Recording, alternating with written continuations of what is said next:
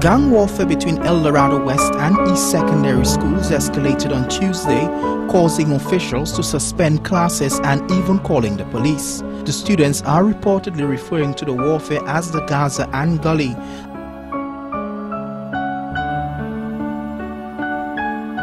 A term used by warring communities in Jamaica.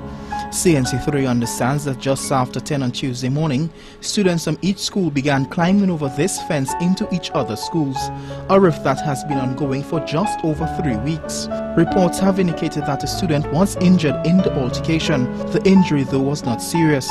With the fight escalating into an all-out brawl, officials at the El Dorado West Secondary suspended classes for the day, calling parents to pick up students. A 13-year-old student is dead after being stabbed repeatedly by another group of students in Barataria.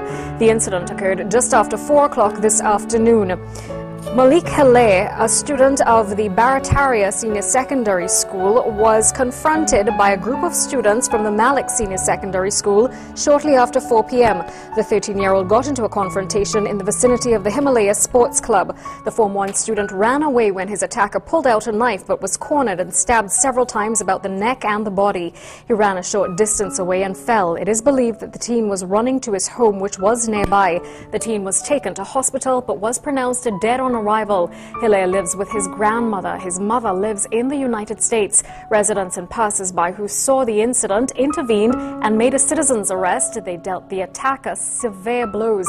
He too was taken to the Port of Spain General Hospital. The second attacker was escorted by his parents to the police station. The third is still on the run, but police say an arrest is imminent. Northeastern Division officers are still on the scene and are continuing investigations.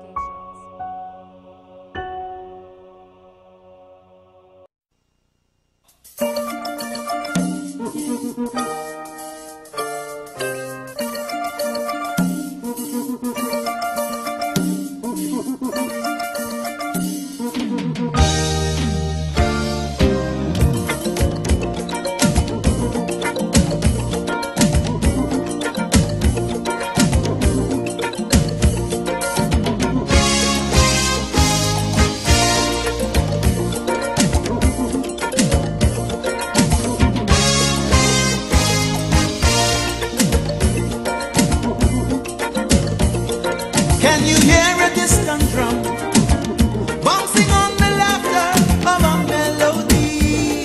Yeah, yeah. And does the rhythm tell you come, come, come, come? Does your spirit do a dance to this symphony? Yeah, yeah. Does it tell you that your heart is higher? Oh yeah. And does it tell you that your pain is higher? Oh yeah. Does it wash away all your unlovely? Well, are you ready for a brand new discovery? Calypso, Calypso, Calypso music. Yeah, yeah. Calypso, Calypso, Calypso music. Singing, oh yeah, oh yeah, oh yeah, Calypso. Singing, oh yeah, oh yeah, oh yeah, Calypso. I say that I am the seed of the ground and tiger now. I got to sing, oh yeah, oh yeah, oh yeah, Calypso.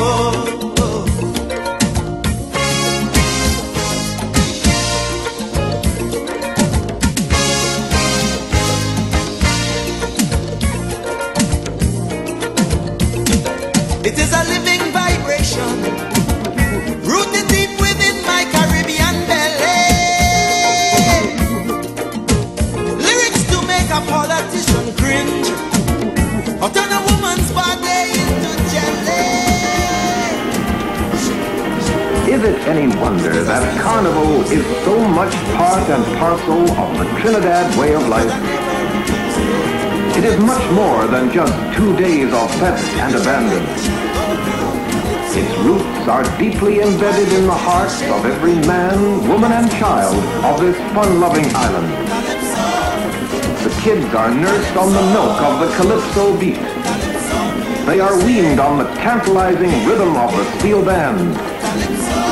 They are nurtured on the rhythm and cut their wisdom teeth on even more primitive rhythms. So, in the carnival picture, they take first place.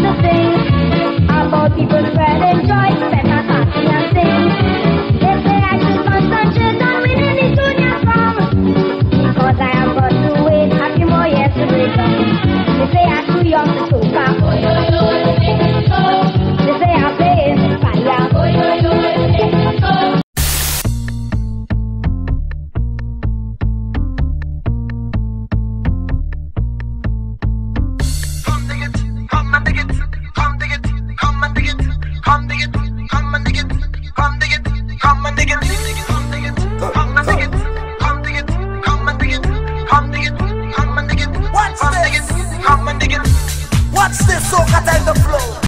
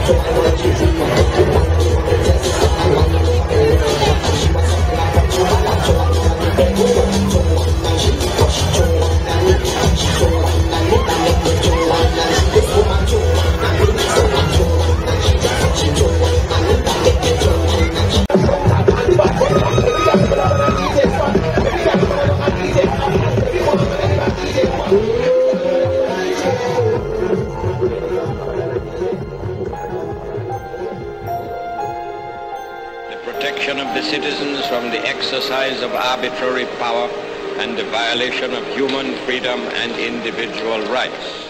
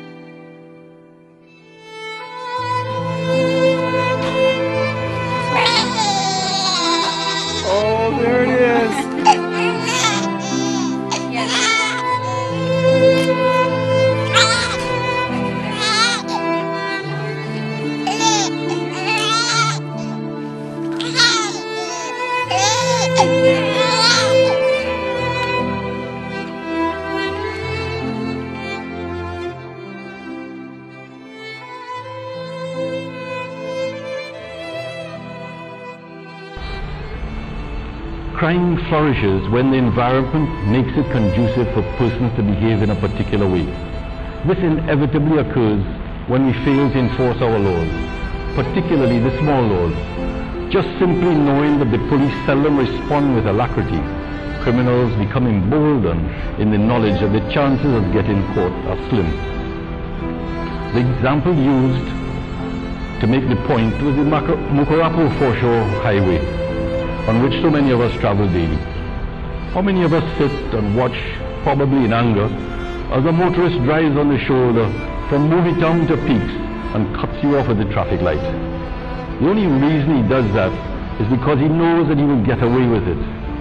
Throughout the country, this situation repeats itself thousands of times daily.